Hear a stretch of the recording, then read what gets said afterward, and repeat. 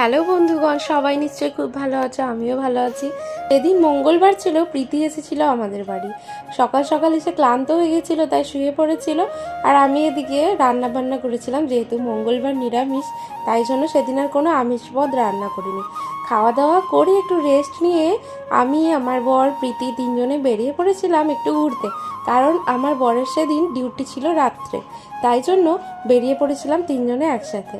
তারপরে ওখান থেকে গিয়েছিলাম আমরা একটু চা খেয়ে হনুমানজির মন্দিরে। তোমরা আগেও আমার ভিডিওতে এই মন্দিরটা দেখেছো, কিন্তু প্রীতি কোনোদিন এই মন্দিরে আসেনি। ও খুব এক্সাইটেড ছিল, আমারও খুব ভালো লাগছিল, কারণ আমি প্রায় প্রত্যেক মঙ্গলবারই আসতাম, অনেক দিন বন্ধ হয়ে গিয়েছিল। তারপরে রাত্রেবেলায় বর গিয়েছিল ডিউটি, আর এখানে আমরা বসেছিলাম মেহেন্দি পড়তে। রাত তখন প্রায় 2টো। আমরা এরকমভাবেই সারা রাত নাচ গান করে কাটিয়ে দিয়ে প্রায় ভোর 5টায় ঘুমিয়েছি।